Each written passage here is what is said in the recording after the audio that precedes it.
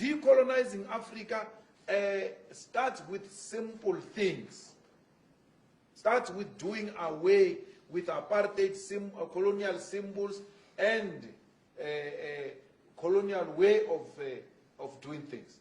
It must, we must, and even if it's not our generation, generations to come, we must have a language that unites Africans, like Swahili.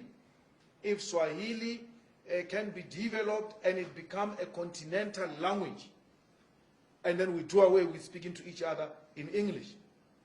Because that's what colonizers did. Divided us, made sure that we don't have a common language to communicate amongst ourselves, and then we use their language to communicate so that they can hear everything we say. So we need to do away with that. If we want Africa, which will be an equal competitor with the West and America. So it is through small things that we'll realize a total freedom of Africa, not only South Africa. I was very worried with those judges in Zimbabwe. Even our judges here, they wear those green things.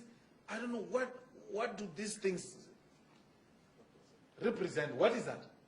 What symbol is that?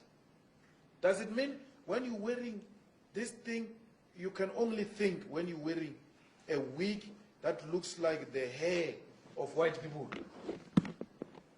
You're actually wearing white braids. The reason you think properly is that wig, according to colonialism.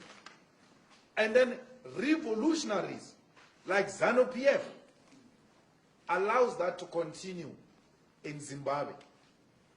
They allow that to continue in Kenya. Well, Kenya, of course, is something different. I don't think there is a total independence there. America has got a huge interest in that affair, in that arrangement of Kenya. But everywhere else in the continent, we need to start doing away with those things. And pulling out of Commonwealth is one of the things we need to do to realize a complete sovereignty for South Africa. We must not be scared to say that. We must be hated. It might not happen now, but that is what we're envisaging for the future of South Africa. It might not be realized in our lifetime, but those who are coming after us should know what we stood for. We were anti-colonial, anti-imperialist, and therefore anything that represented imperialism and colonialism we reject. In the same way we reject Trump, in the same way we reject Theresa May, we reject everything that represented. When we said roads must fall, we meant exactly that we need to do away with symbols that represent colonialism. As we speak now, the EFF doesn't participate in the Commonwealth Parliament Forum. We don't. We don't. The EFF refuses to participate in multinational organizations that have got close links and relations with imperialism. We refuse. We don't. We don't do that.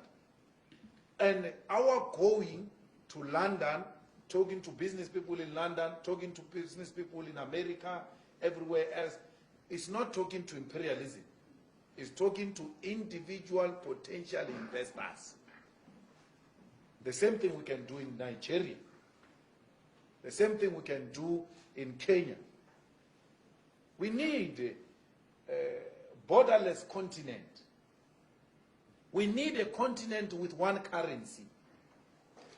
We need a continent with one parliament, which has got teeth and it will bite and hold the executives in countries accountable. And ultimately, we need one African president. We need United States of Africa. We supported and we continue to support those ideals of brother leader Gaddafi. We are following in the footsteps of those leaders. We are not saying they were perfect, some of them, but there are a lot of teachings that come from our leaders in the continent which we can follow because we think they will unite us. This thing was a one thing called Africa. This was one thing. It was divided by colonizers. These borders are artificial borders imposed on us by colonizers. Why do you want to behave like you are owning colonizers' properties? These borders are colonizers' properties, they are not ours. Let us go back to African unity. We want one voice, one Africa. We must stop doing away with African hate, which was instilled in us by the colonizers. When you say, hey, there are too many Zimbabweans here, there are too many Nigerians here, hey, you are doing the work of the devil, which is to divide Africans. Be angry with Nigerians and South Africans for doing crimes, the same, Zimbabweans, the same way you are with South Africans who commit crimes. They must be treated the same. It must not be because it's a Nigerian, it's a more crime.